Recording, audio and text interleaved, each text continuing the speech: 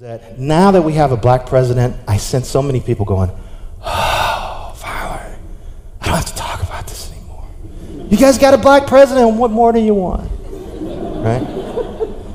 But what people don't understand is that because we have a black president, that conversation is only getting started.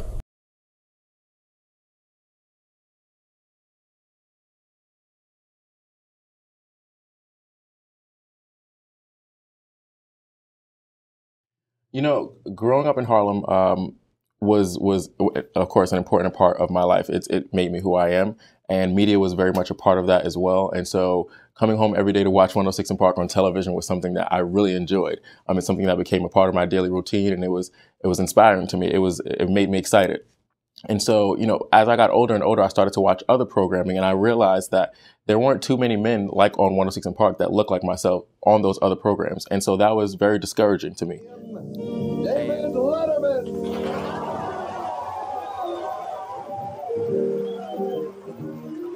Thanks for being on the show. I certainly appreciate that.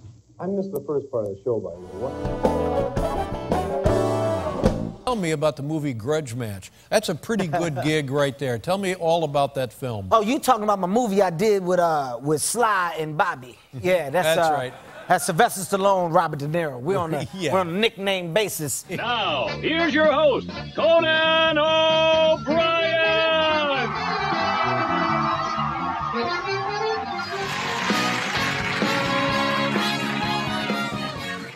I need to learn as much as I can about celebrities so I can interview them more effectively. So since I'm about to take over The Tonight Show, I've been getting a lot of advice from people. So I went on Twitter and I started a hashtag called Worst Advice.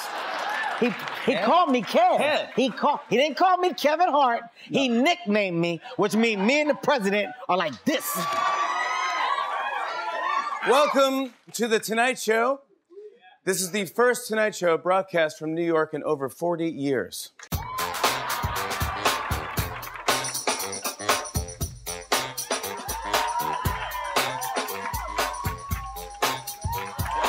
I was like, yeah, man, I wouldn't be able to handle all this pressure you got. No, come on. Yeah. I mean, everything's riding on tonight. No. Great update, Cecily. Oh, you too, Seth. Thank you. You know, I'm headed to my new studio. You want to come check it out? No. You know, one of the great things about my new job is how close it is to my old job. Thanks for coming. Hey, thanks for having me, man. It's great to have you here. Congratulations, man. Thank you. I appreciate it. Yeah, they need to get you a couch, though. I bet you're in a nice situation where anything like suspicious goes down, you can go, it's Kanye, and they're all like, okay. I have to tell you something, Jay. Yes, what is it now? No, I mean this. You know, we go back a long time. I did. Now tell me about this guy. I want to know about this guy. Well, where do we begin? You know, the last time you were here, you just had a baby girl. You just had a daughter. Who, when, what? You. Oh, yeah, I just had a baby girl. Are you living with your parents still? Is that? Yeah. You are? Mm-hmm. Why are I started to realize basically that it's really important that youth, that people, you know, in general, really see people that reflect themselves, people that reflect their communities on television, because it really determines what is possible and what isn't possible, or at least until someone tells you or shows you something different. It's Arsenio!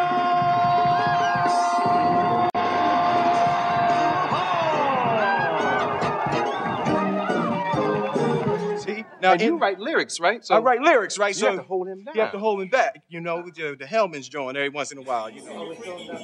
I've been away from television for 17 years. I am extremely shy, painfully shy. I remember waking up one morning and watching First Take on ESPN, and you were sitting in, and I realized how knowledgeable you were. If you were teaching a class, yes, and you were asked, you know, to just list the 3 or 4 things, or not the 3, but 3 or 4 things that you have to make a novel work. I'm trying to figure out how it is, because I can only assume, let me make an assumption here. I assume that a whole bunch of them are young people. Man, 106, y'all make some noise for my homeboy, Hollywood, man. Welcome home. I've been getting money, work, you been. This is history, because it's like I'm used to sitting over there, and Terrence used to sitting over here. And at home, and the book, when I was filming the movie Think Like a Man, I really spent some time getting to know my mom. You know.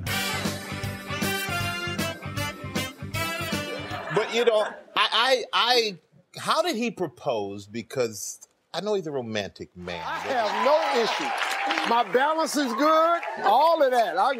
I'm in shape. I ain't got no arthritis. I ain't got no health issues. Listen, I want to thank, We could dance together. I want to thank little Betty for coming on out here showing this thing off like this here.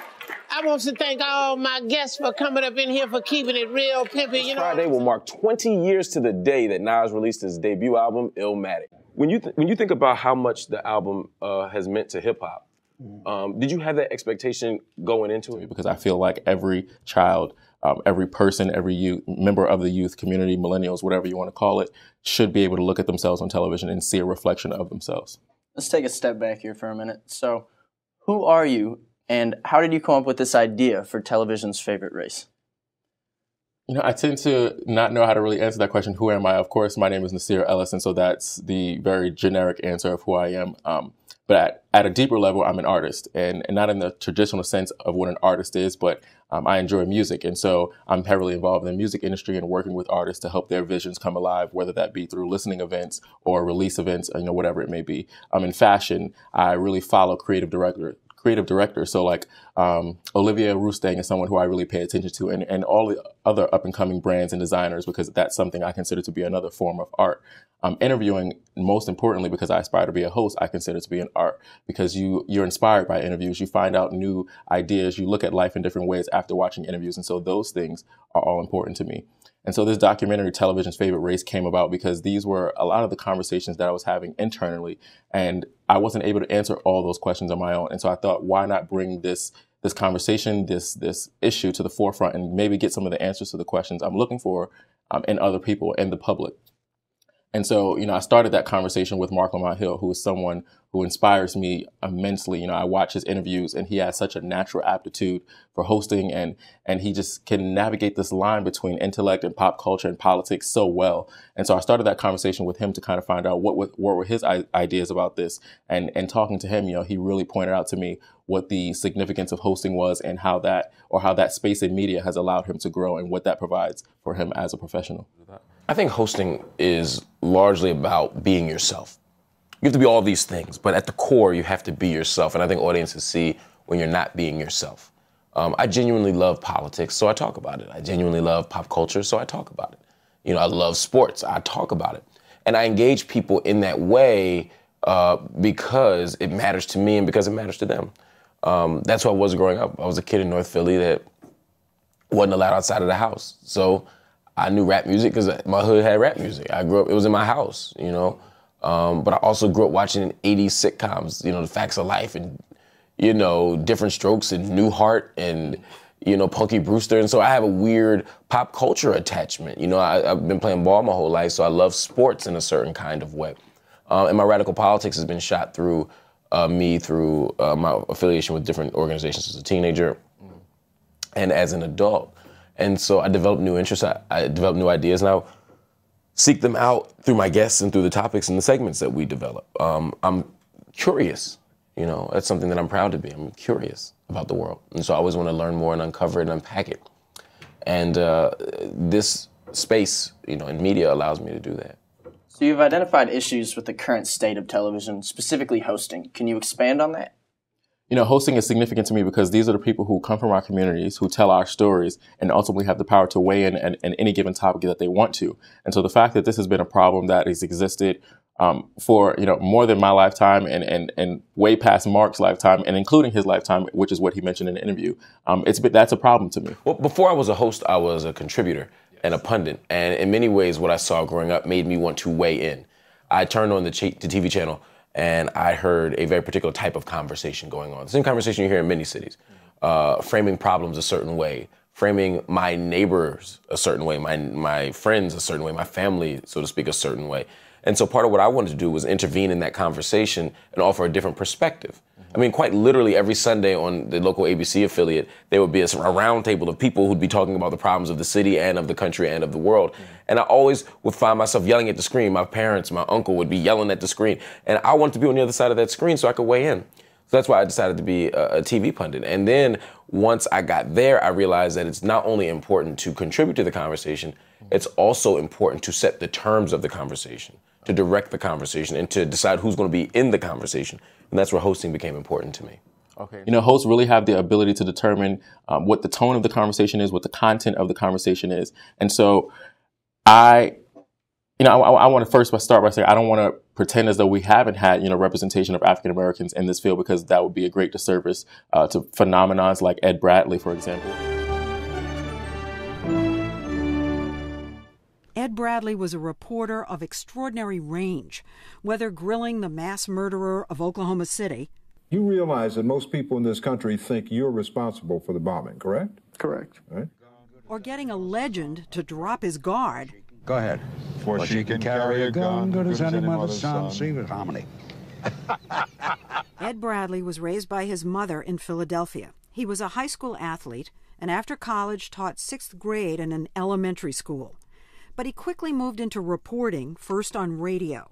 After a stint in Paris, he went to Saigon for the story that would put him on the map and almost kill him, Vietnam. Ed specialized in firsts, first African-American White House correspondent for a network. Ed Bradley, CBS News, the White House. He was a man who broke down racial barriers and became a role model for young African-Americans. And too often in this country, we are judged by the color of our skin and not by the content of our character. So the pressure is there. It's been there every day of my life.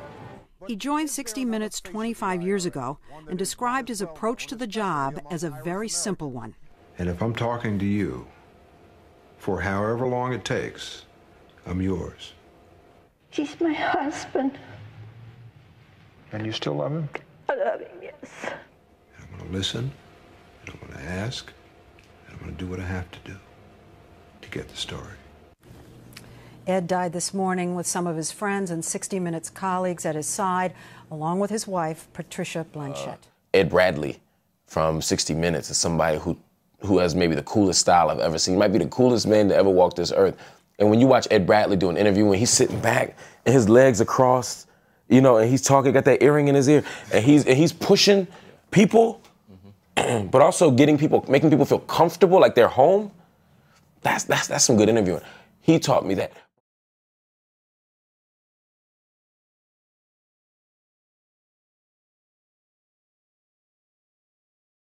So without a shadow of a doubt, I definitely know that there was talent back then and there is immense talent right now. What I don't understand is why academies and award-granting institutions ignore the talent that we do currently have. For outstanding writing for a variety, music, or comedy series. The nominees are... Kapoor, Tom Purcell, Barry Julian, Michael Brum, Meredith Scardino, Richard Dahm, Glenn Eichler, Rob Dubbin, Jay Katzir, Allison Silverman, Peter Gwynn, Opus Moreski, Peter Gross, Frank Lesser, and Stephen Colbert. Hey!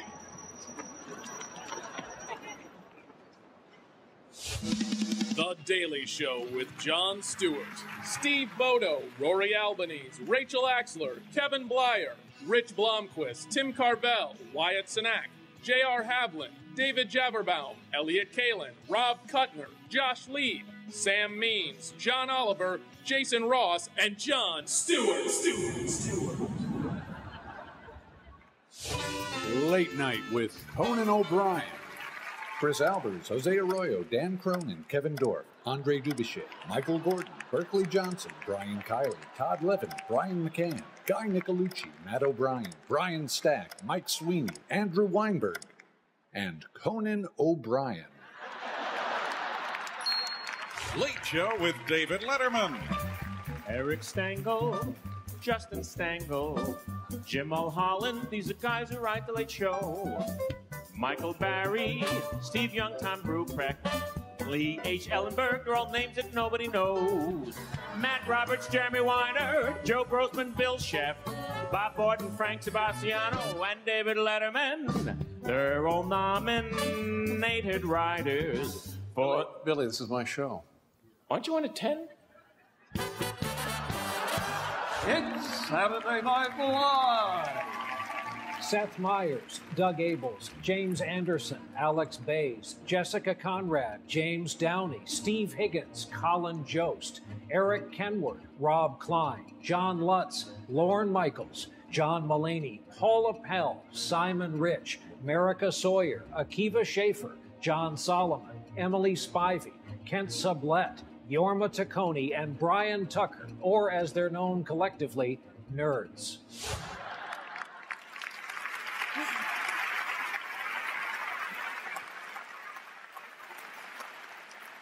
And the Emmy goes to the team from The Daily Show with Jon Stewart.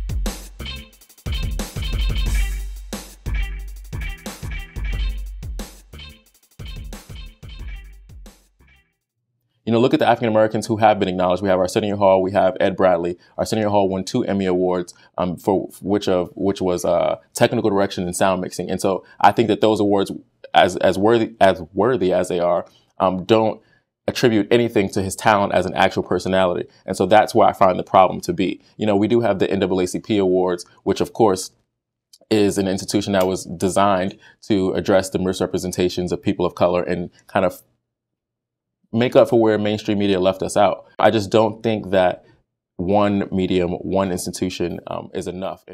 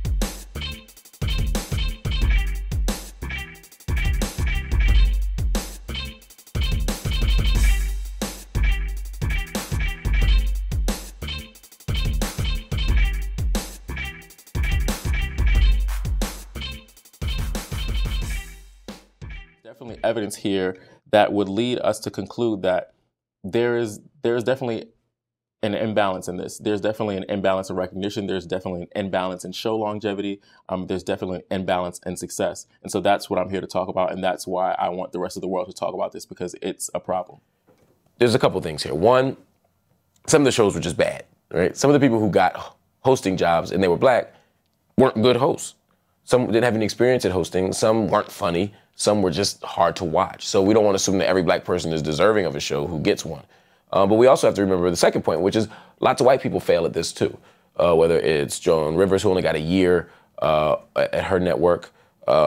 Chevy Chase had a show and it sort of flopped. You know, we've seen multiple people who are white flop as well. Remember, The Daily Show didn't start off as super successful. The Daily Show's been around for almost 20 years. It started with Craig Kilborn, then went to Jon Stewart. And it didn't really take off until the 2000s when George Bush was being crazy. So they gave the show real estate, they gave it investment, and they allowed it to build a base. They believed in it and they gave it a long-term strategy.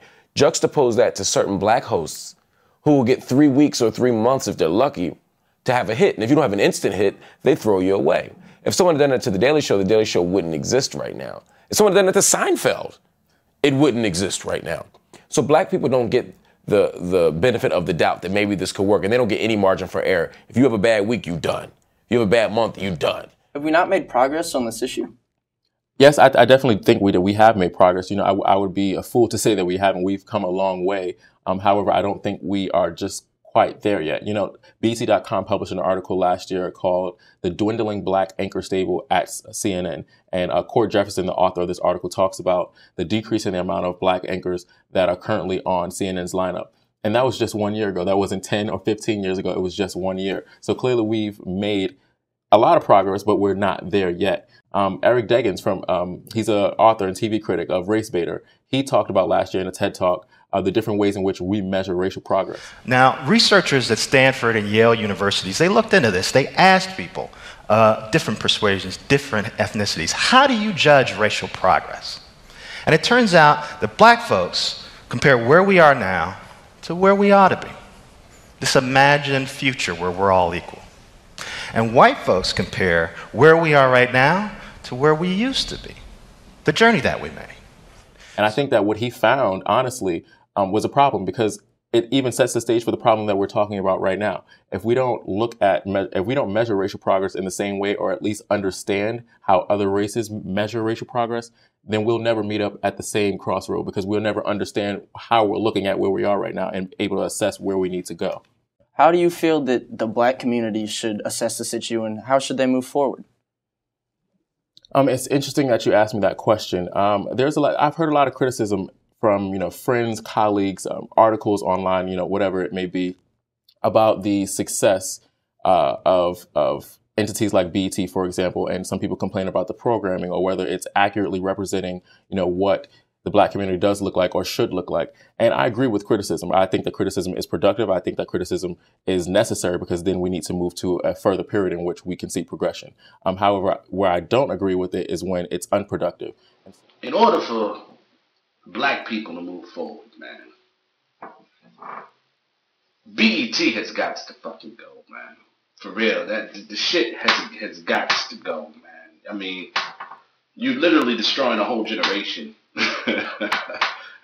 On national fucking TV, BET, black radio. As a matter of fact, fuck anything with black in front of it, gotta go. Yeah, all right. I'm gonna be talking to y'all about how we feel about black entertainment industry.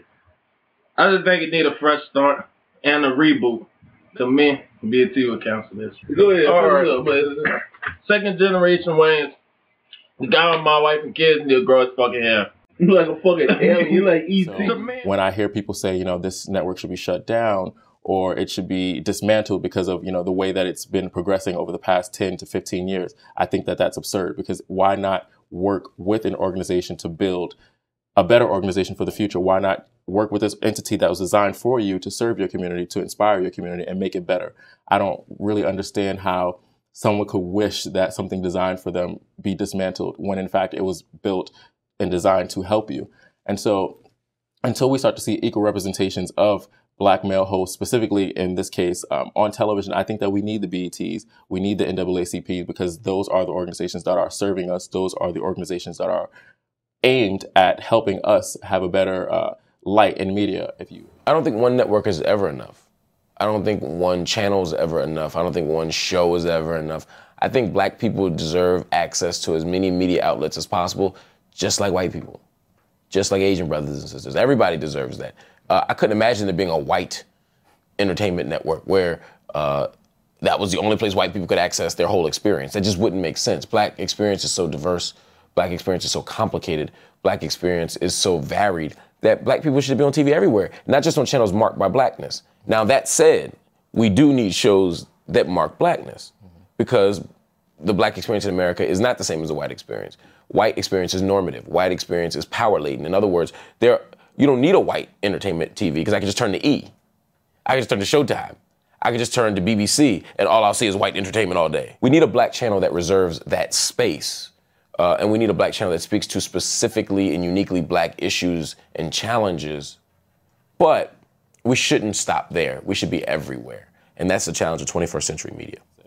Well, in your interview with Mark Lamont Hill, he spoke a little to the challenges facing someone trying to make a career in this 21st century media, specifically hosts. How do you feel you're going to surmount those challenges?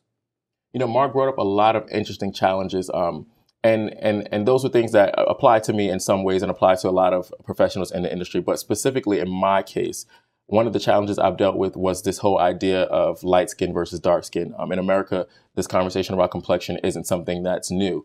Especially within the Black community, it's something that was prominent when I was growing up. And so I was always told that the lighter skin was the beautiful skin. Lighter skin was the better skin. The lighter aesthetic was what we all should aim to accomplish. And of course, I can't change the way that I look. And so one of my challenges was always becoming more comfortable with how I looked and my complexion, and ultimately being comfortable enough with that it made me confident enough to even pursue a career in television.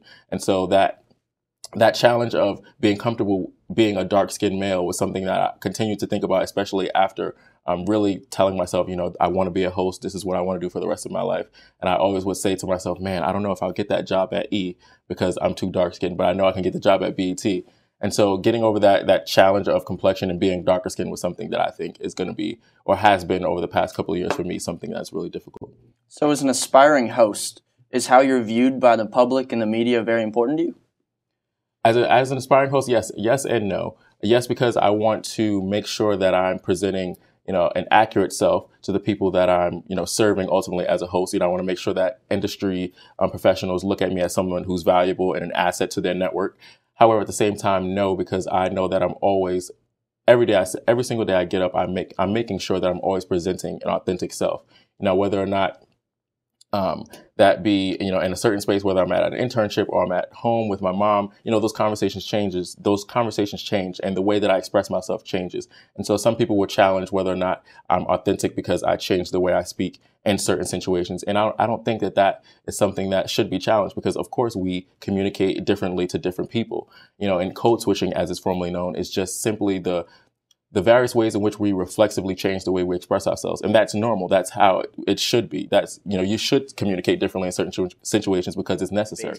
But I think it's not a stretch by any means of the imagination to say that that Black folks, news anchors, journalists, right, folks who are not just in professional settings, but are also under the public eye and therefore scrutinized by the public, right?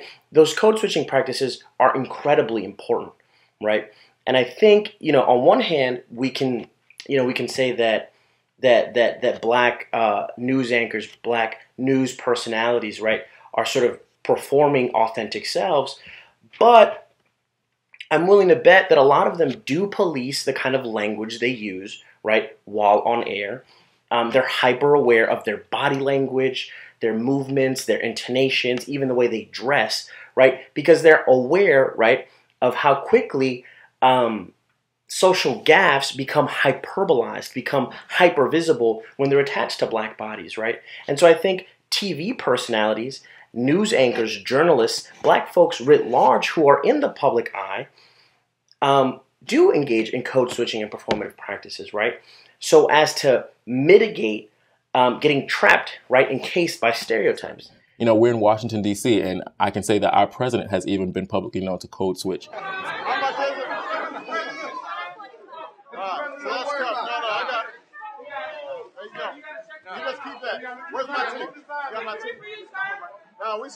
Switch in certain situations, and that doesn't make me challenge or question his authenticity or intellect. That makes me, or confirms for me, that he is someone who can move in different spaces and communicate differently. And as a president, he should be able to do that. And so I hope that other people are able to look at those things and look at the idea of being able to speak in different communities and different spaces in different ways, not as a lack of authenticity, but as a way of just being a great communicator. So would you say that it would be a success for you, this project, just to start this conversation? I think the conversation has been started to some extent and in little pockets of America. But what will really make this project successful to me is if people, again, continue to talk about it. People push their networks to, change the representation that they see. If people push channels or shows that they have to add an African-American woman or add an Asian woman, take Saturday Night Live, for example. Sashir Zamata was added to their lineup because people complained about it. There was public outrage. People talked about, the fact that there wasn't an African-American female, on their show. And it's not as though there weren't any African-American females who were talented comedians. She was out there in addition to many others. The problem was that people didn't say anything until people say something, until people push back, nothing will be done. And so people pushed back against Saturday Night Live and something was done. And in my opinion, nation, there's something gonna show it. Shine. What's my name?